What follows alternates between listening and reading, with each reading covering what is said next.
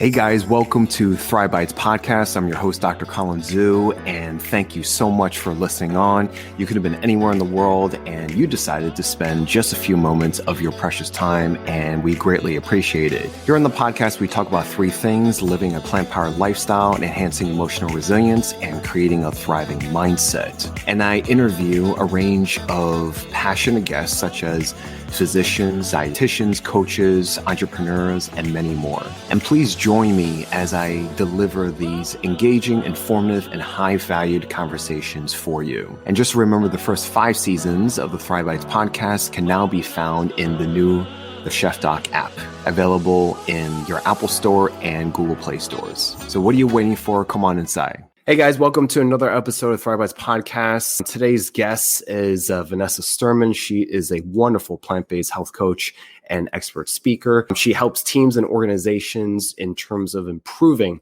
their lifestyle and reducing as much of the things and nuances that really drag us down, as well as individually as well. And we have a brilliant conversation in terms of practical tips on transitioning, getting more, whole food plant-based. What does it mean to, revamp your kitchen, the supermarket? How do we go about the daily routines? And she shares a lot of great practical tips. So you don't want to miss that. And we'll see you guys inside. So we can't wait. Okay, guys. Well, welcome to another episode of Thrive Bites Podcast. I'm your host, Dr. Colin Zhu, and thank you so much for being here with us. You could have been anywhere in the world, and you decided to join us with your precious moments, and we greatly appreciate of that. My next guest for today, she is a fabulous guest.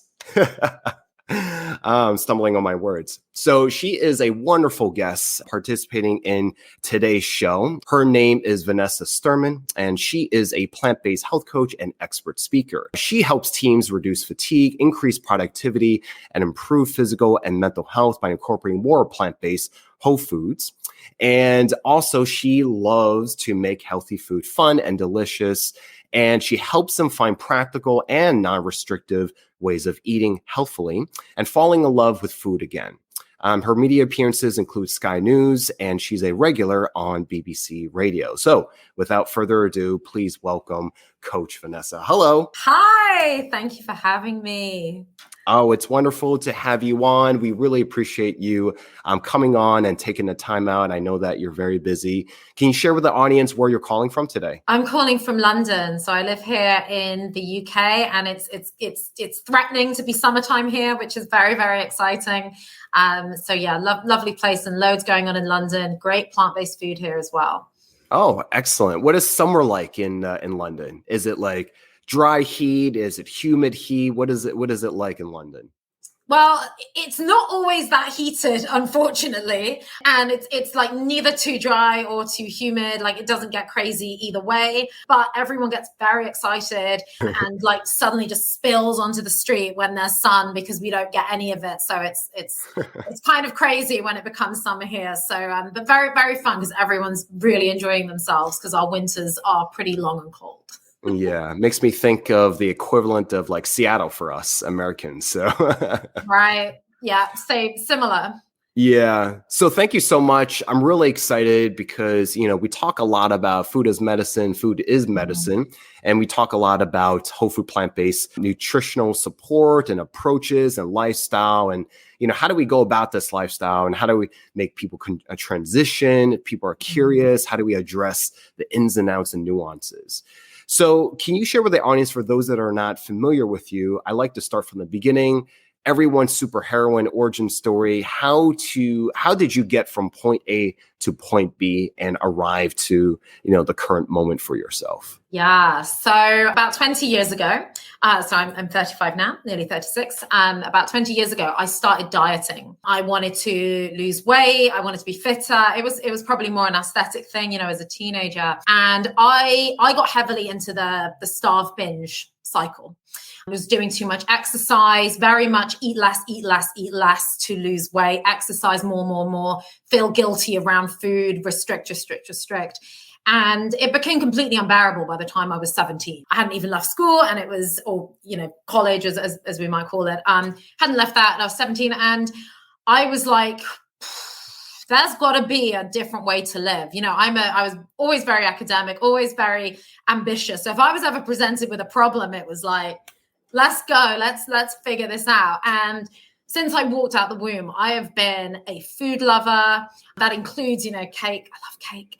And I was like, okay, like, what do I want in life? I want to be a healthy weight, whatever on earth that means. I didn't really know what that meant at 17, but, you know, I want to be in charge of my body. I don't want this fight anymore. I need to be able to incorporate cake and the things I love, because let's face it, when I don't, I go and binge, and I need to be full. I had this slight obsession with, like, you know, I'm not eating to satisfy myself. Like, how do I do this? So I went on this journey of like self-discovery and nutrition of like, okay, what does my body actually need? Let's go with the super practical. How do I get full so I don't want to binge?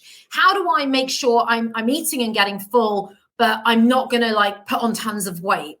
So I started figuring all of that out, including, how do I actually listen to my body? Can I get my body to tell me when it needs to stop eating and what it needs? And you know, therefore, can I kind of eat in this non-restrictive way and not freak out all the time?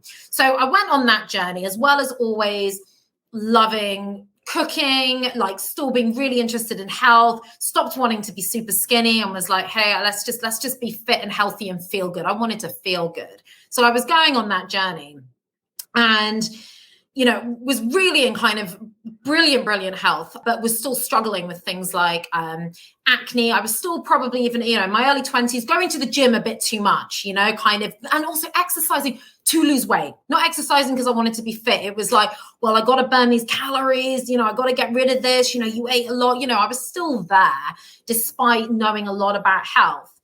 And that all started to calm down as I was really sort of going for like, okay, let's eat what I really need, give my body what it needs. And then I went plant-based 8 years ago, as well as vegan.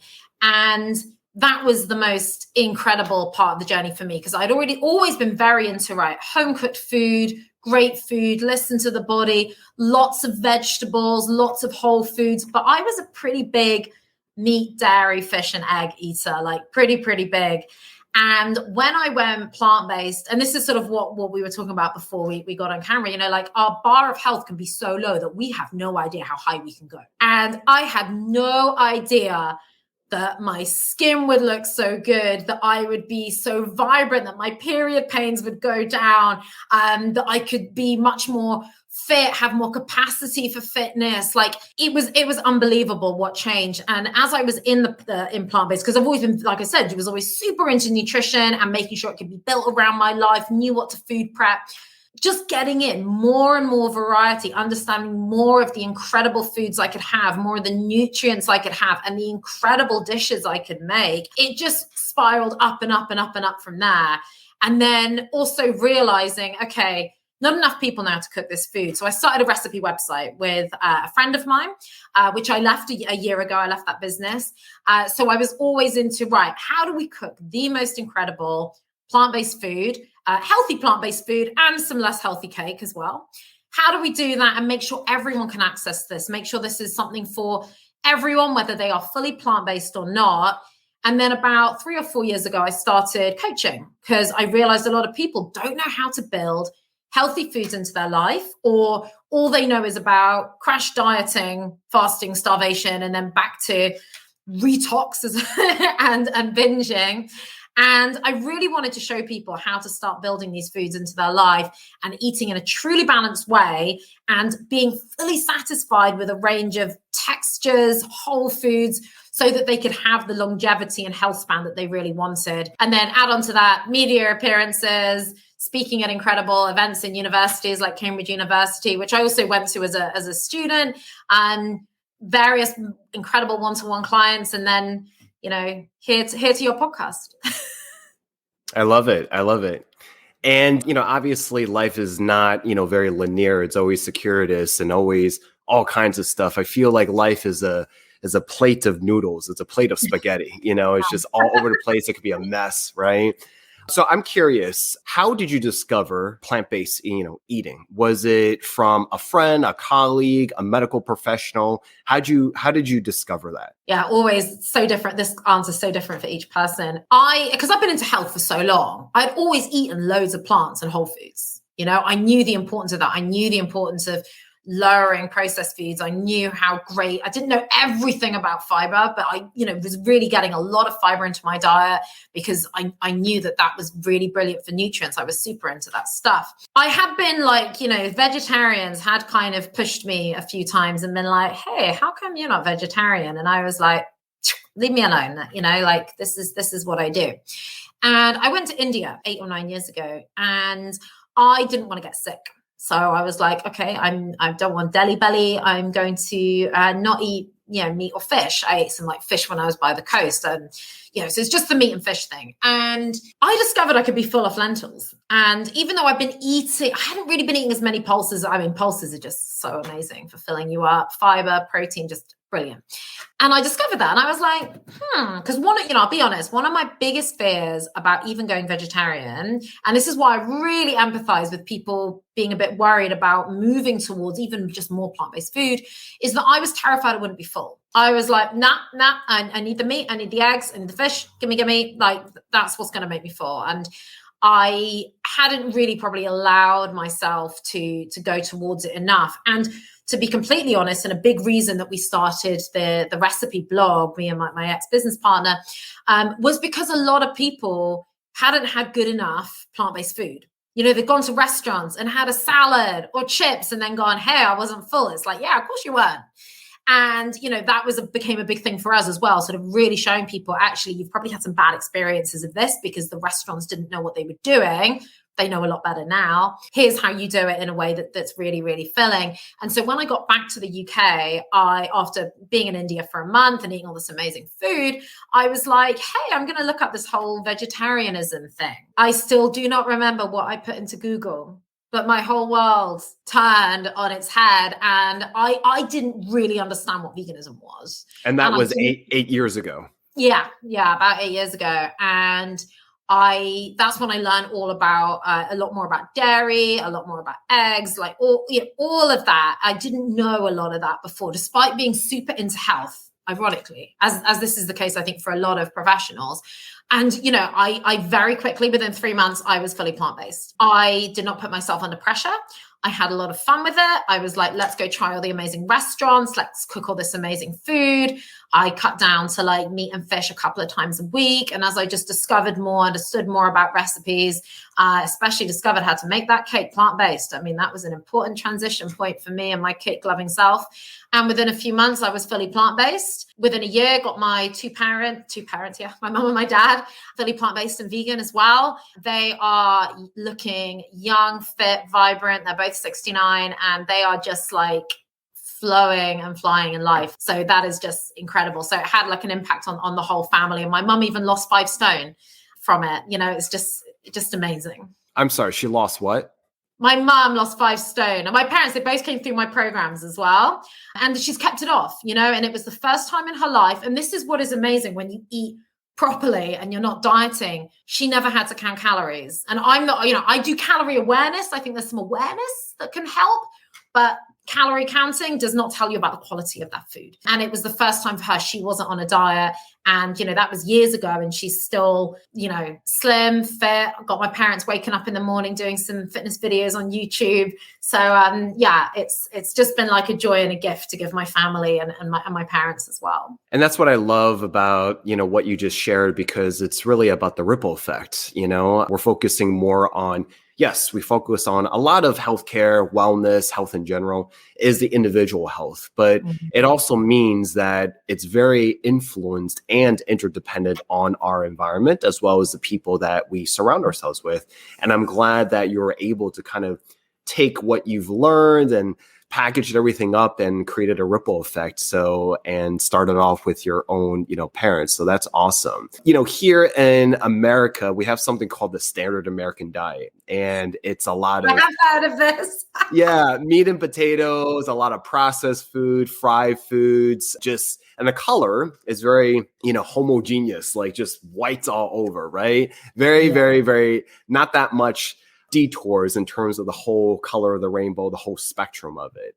So I'm curious to know whether, the UK, do Brits have a standard, type of diet? And what is the vegan/plant-based scene in terms of access to grocery supermarkets, restaurants, takeout, carry out? What has that been like over time during your 8-year span since you've been plant-based? Yeah.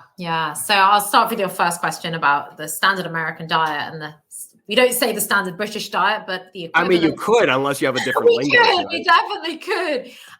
Something you always hear in the UK, whatever topic you're talking about, we're like, well, it's not as bad as the States, which is a bit of an excuse. It's a bit of a cop-out. It's a bit of a cop-out here because it's like, well, it's not about comparing ourselves to anyone. Like, if your health isn't good, your health isn't good. It doesn't matter what their health is like over there. You got to sort yourself out.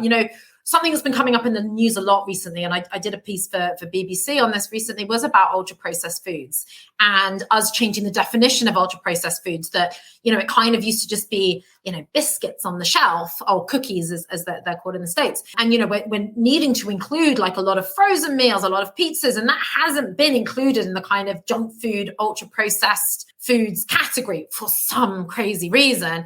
Not all, you can get some really healthy plant-based frozen meals. There's some companies that do some really healthy ones. So we need to exercise a bit of discretion with that definition.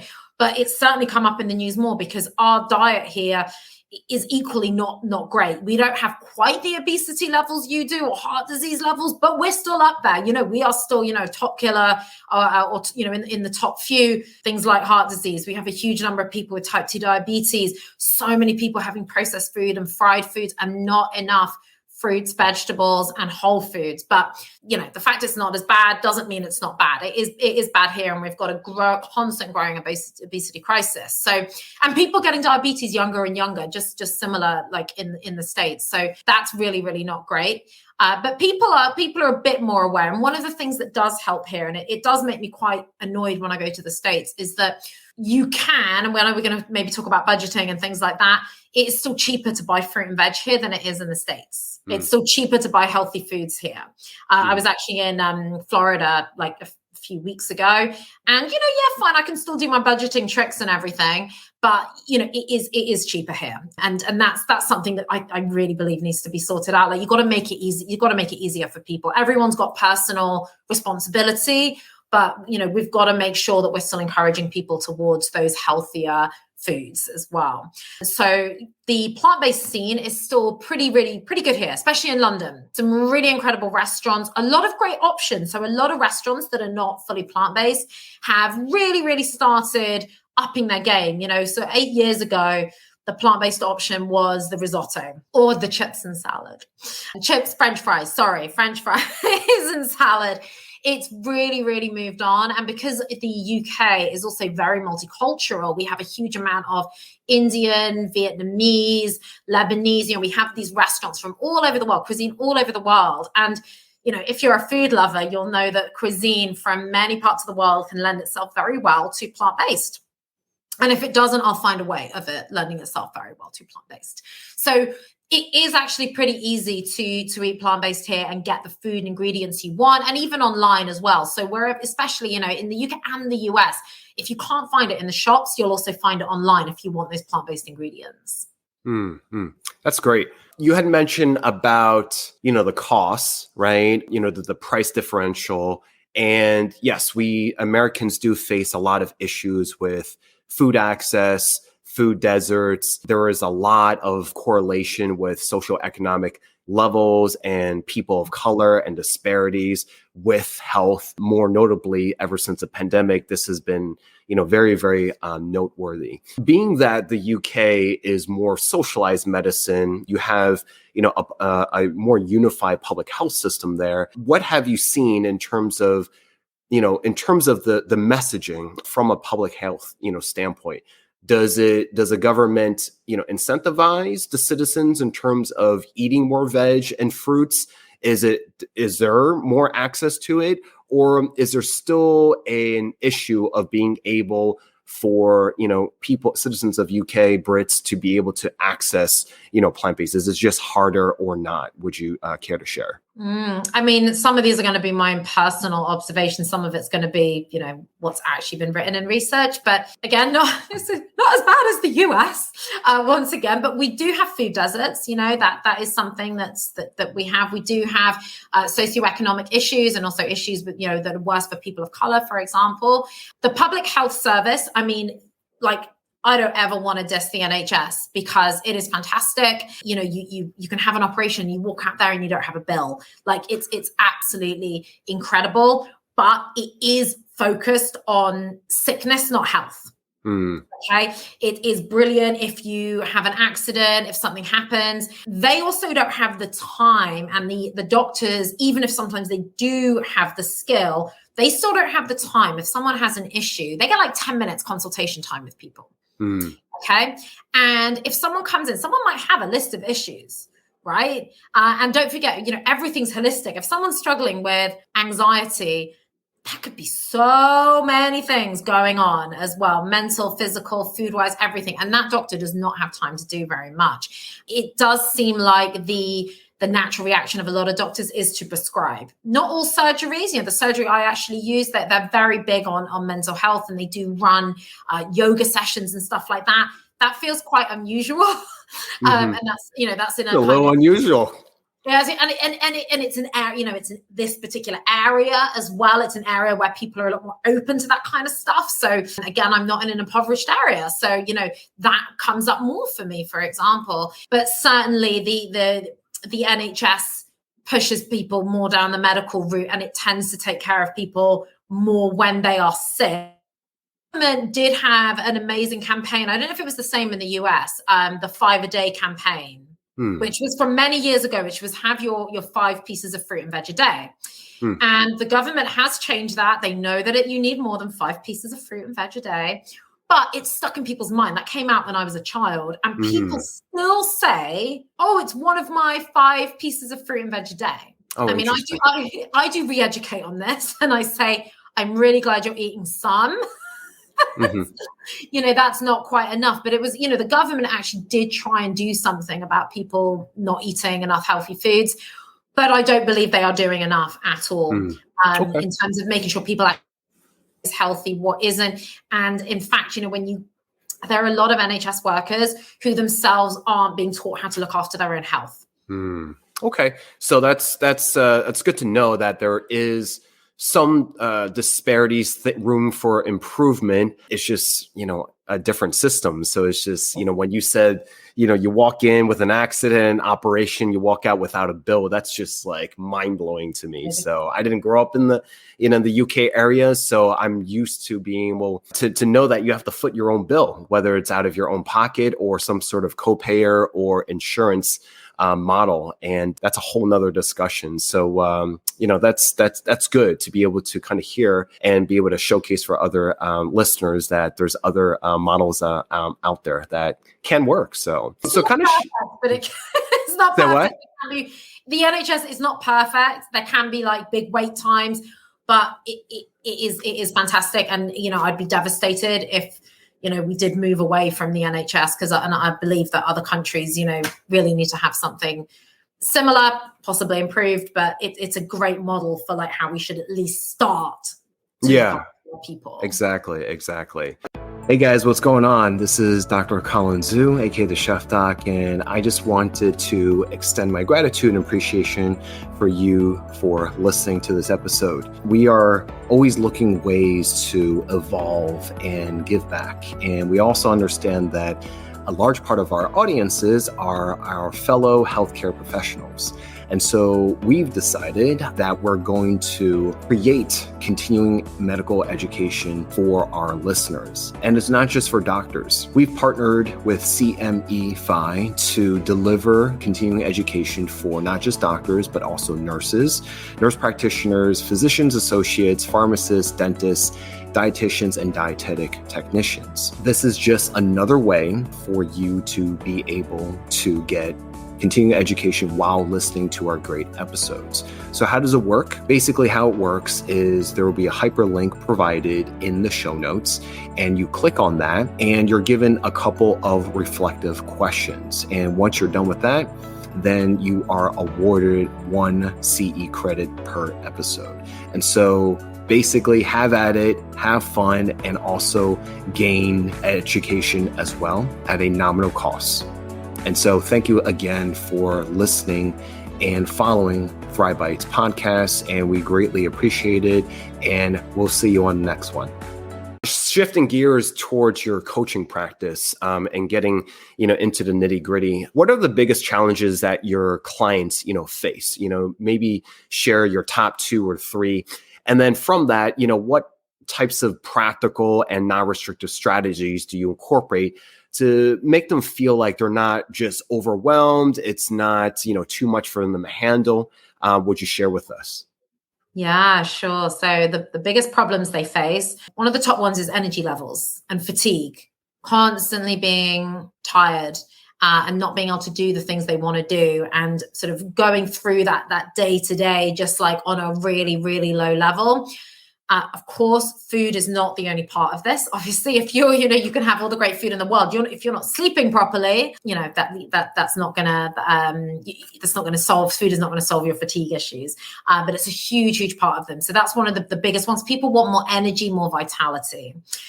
The second one, probably like on a par, is weight. People who may have put on weight and don't know why, people who have been dieting their whole lives and have just got used to being overweight and have no idea how to actually sustainably be happy and not be in the yo-yo starvation binge cycle. So I get some people who come to me who've maybe gotten over some binge eating, but are like, so I don't understand what a healthy balanced diet is, or people, doctors keep telling me to eat a healthy balanced diet. I don't have a clue what this is. Or I don't have a clue how to do it without being chained to the kitchen. I said they don't know how to do it, and they don't know how to not be chained to the kitchen. So there'll be both things there. So there are those kind of 2 biggest ones. And then on top of that, it's just these other health issues, that might be arthritis, inflammation. It might be type 2 diabetes, joint pain, problems. I don't want to say it's the menopause is not a disease. It's and it's sometimes getting put as that in the media a little bit, but someone might be struggling with menopause symptoms, and they may have been told, it might have been over medicalized for them and almost told that, there's something wrong with them or something because they're having this, and they just want to know how to get rid of the symptoms. But the approach I take with it is thriving, thriving for the rest of your life, as opposed to just, flash in the pan, getting rid of symptoms. So those are the, and then the kind of various other symptoms of potential poor health, that people are getting. So even if they want to solve one of them, we look holistically to make sure they're thriving across their lives. But the driving force for sending them to me could be prediabetes, for example. Gotcha. Yeah, it's very similar to, what I, receive as patients or clients as well. And I feel like symptoms become more and more complex, and they just kind of pile up in this stockpile of symptoms. And, from when we're not looking at things holistically, and we're breaking things down, you could easily get into the weeds, and you're just chasing symptoms at the end of the day.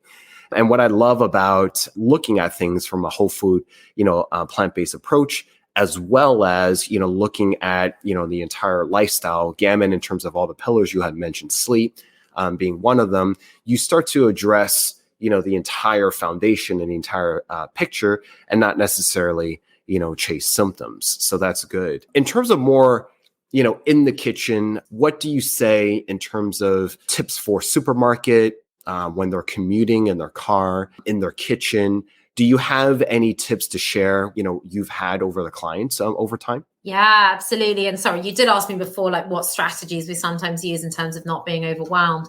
But this ties in nicely with this question anyway. I look a lot at adding food. So, the diet industry is very, eat less, exercise more, less on the plate, smaller portion. When I hear that, I just hear be less, be tiny.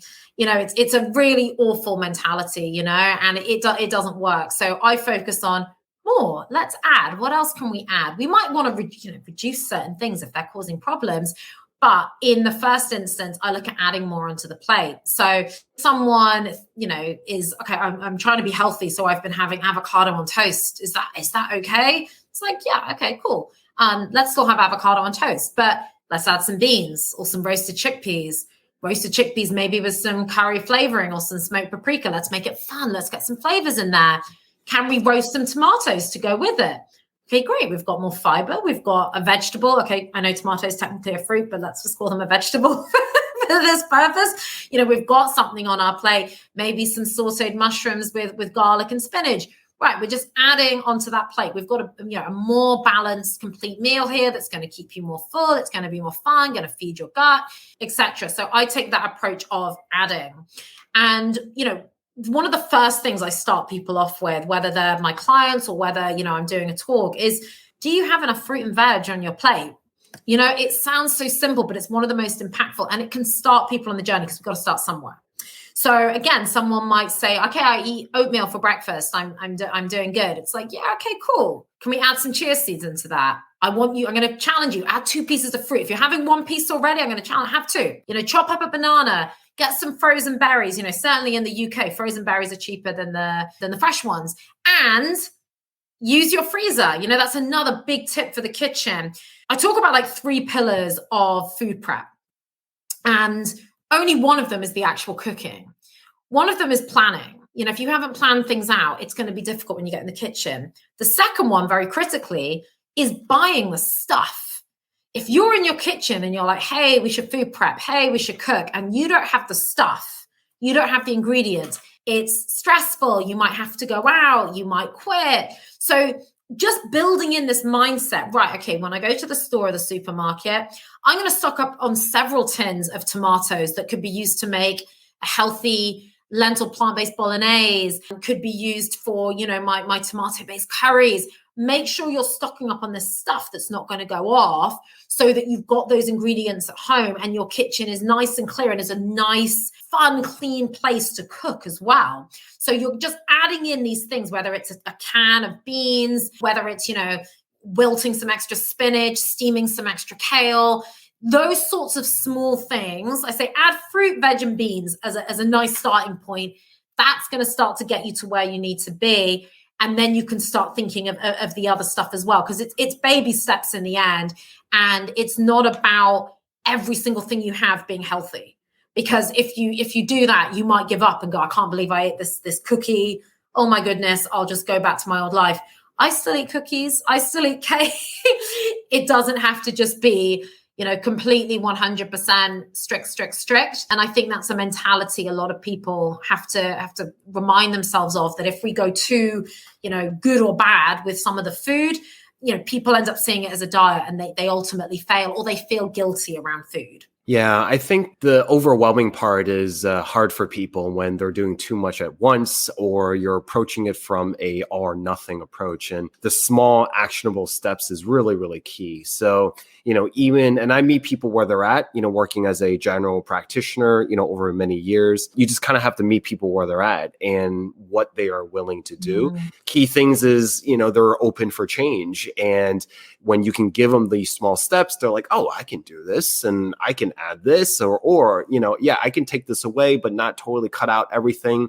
And it helps them to kind of steer them in the direction of where you need to go. Can you share any case studies in terms of coaching clients that have had, really significant, changes, whether it's weight loss or, I don't know if there's any medications that have been de-prescribed or anything that you can think of? Yeah, sure. So one of my amazing clients, she's actually a US-based client. She was amazing, called Trey. I've got some amazing photos before and after from her as well. And She, really, super, super smart, amazing, ambitious woman. And she just struggled just her whole life with losing weight. Again, exercise was always about better exercise to burn the calories, try and lose the weight.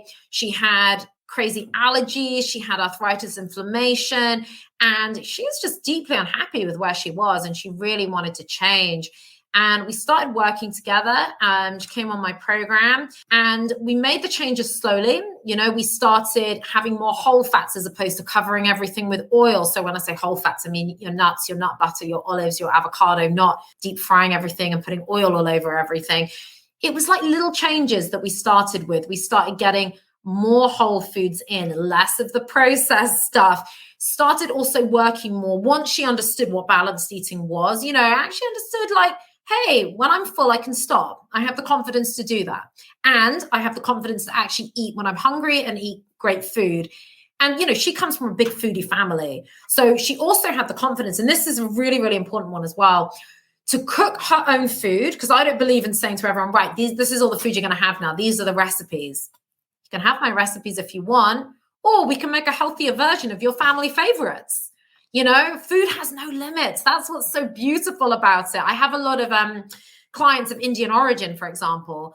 We're going to carry on making all of that Indian food, but we're going to, take out the ghee. We're going to use less oil, or where we can, maybe we'll do it oil-free. We're going to use whole grain rice. We're going to add in more tofu, more lentils, more veg. It's changing it up. So back to the tray, she lost a ton of weight, which was incredible. Her skin is glowing. Her allergies pretty much went away. Her arthritis, inflammation pretty much went away. And she wasn't dealing with that pain, which was just absolutely incredible. And I've had other clients as well go from being pre-diabetic to no longer in that danger zone, for example, which has just been really wonderful. I've had women being able to avoid taking the pill and just manage their cycle completely naturally and have all the incredible energy that they need. So it's been really, really transformational for so many people and pulling them out of danger zones. But the additional benefit is, people may have come to me going I really want to lose weight, or I really want to, not have a client recently was I don't want to have fibroids anymore. And I've been told I have to go on the pill. None of them knew what the added benefits would be. It was I'm kind of coming to deal with these problems.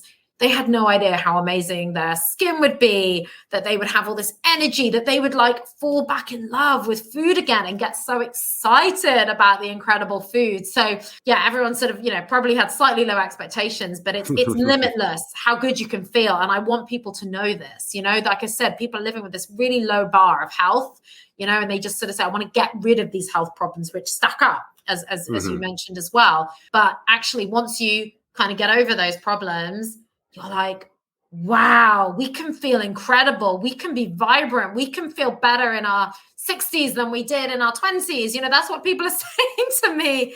And it's just incredible. Yeah.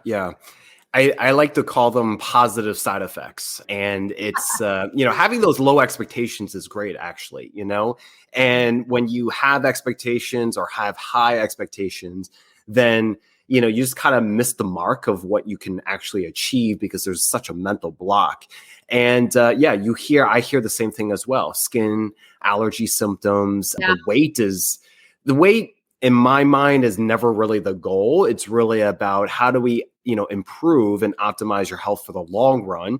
The weight is just going to be, a positive side effect, and so it's always good to hear, clients and patients alike to be able to share these, reports, and, they're just happy to share with their family and friends as well. Do you have any tips in terms of, I feel like living this kind of lifestyle is a team-based sport, right? You're not working by yourself in a silo.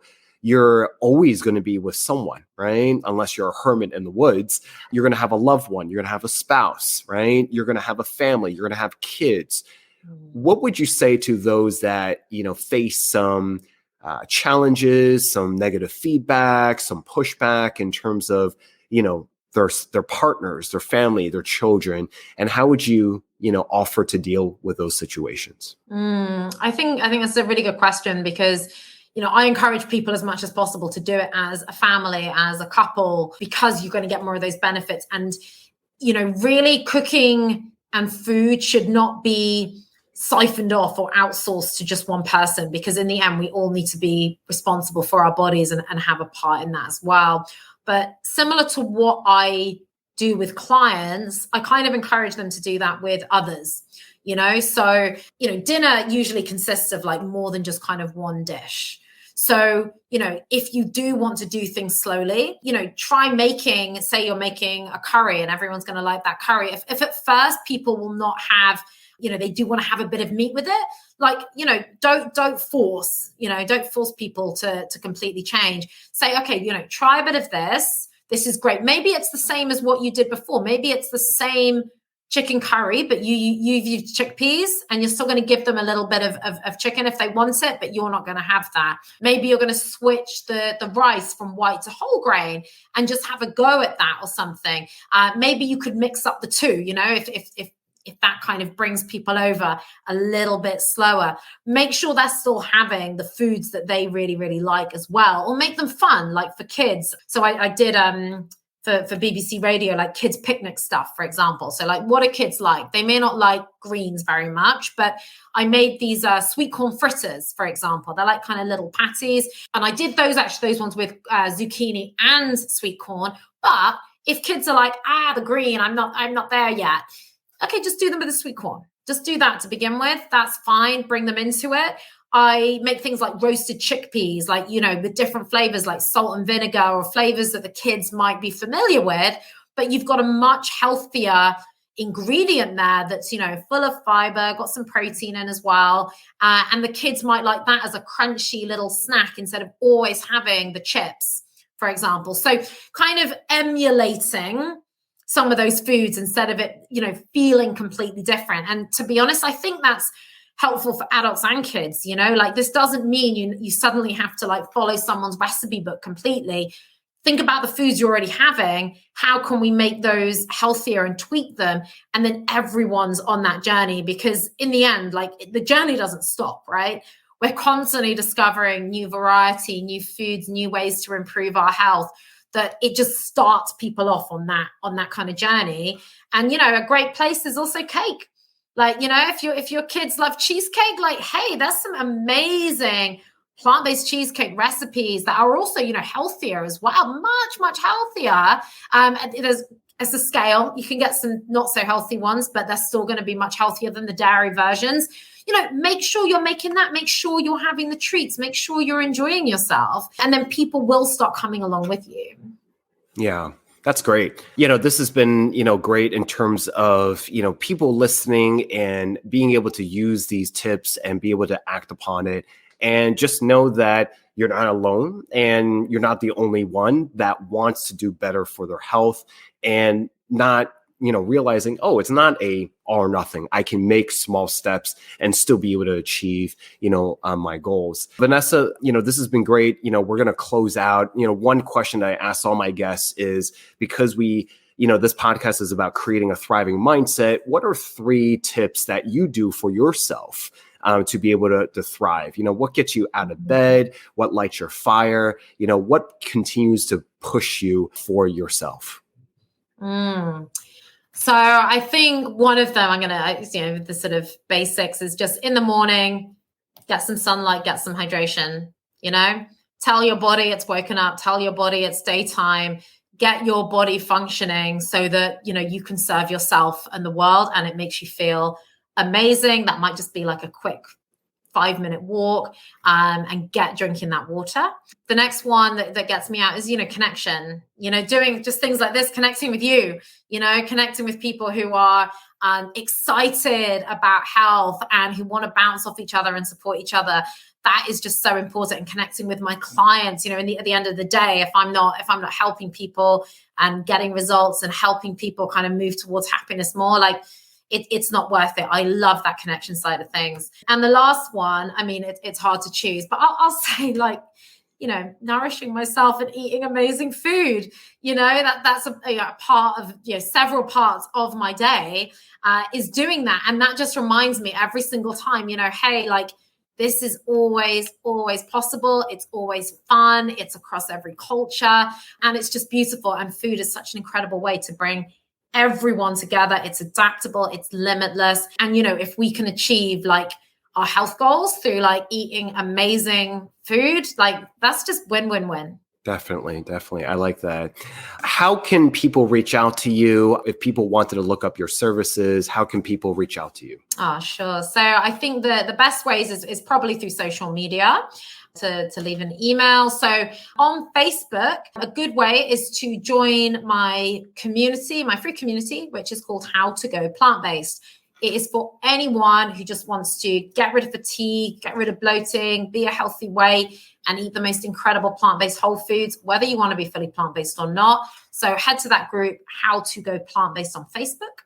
Or on Instagram, just look up Vanessa Sturman, and my tag name is Energize and Thrive Plant-Based, but Energize is spelled the British way. So just look up Vanessa Sturman. That's probably much, much easier on Instagram. You can send me a DM on either platform, on Facebook or Instagram. I've got various free resources. So you can just ask me, Vanessa, hey, I want your free guide. Or you can just say, hey, Vanessa, can we have a chat? And let's see if I can help you more. And I did also want to mention as well, so I do talks for workplaces, organizations, on just helping people start to make these little steps towards better gut health, towards better health in general, better energy with incredible food in this non-restrictive, inclusive way. So, if you want to put me in touch with your wellbeing team, again, just drop me a message through either of those platforms. I would love to chat to them and see if I can, get this ripple effect out in your workplace as well to help all of you thrive more. Awesome. That sounds good. We'll leave all the contacts and social media links, in the show notes when this episode airs. Vanessa, thank you so much. We greatly, appreciate your time. You're a wealth of knowledge, and, any small actionable steps that kind of get people on that track is very, very appreciative. So, I definitely value your time today. Thank you so much. Really value yours as well. And it's been such a pleasure to connect with you. I've been looking forward to this for a long time. So thank you so much. Thank you very much. Guys, that's another episode of Thrive Bites Podcast. If you like this, please like, comment, and subscribe. And if you feel that this is a benefit for someone else, please let them know as well. And until then, please say goodbye to Coach Vanessa. Hey guys, we hope you enjoy that episode. If you like that, please like, comment, and subscribe. And please follow us on Apple Podcasts, Spotify Podcasts, and anywhere that you listen to your podcasts. And if you felt that this was a benefit for someone else, please let them know. And also remember that the first 5 seasons, 150 episodes, now can be seen and heard on our new TheChefDoc app. And don't forget to give us a 5-star rating, and we greatly appreciate it. And we'll see you on the next one.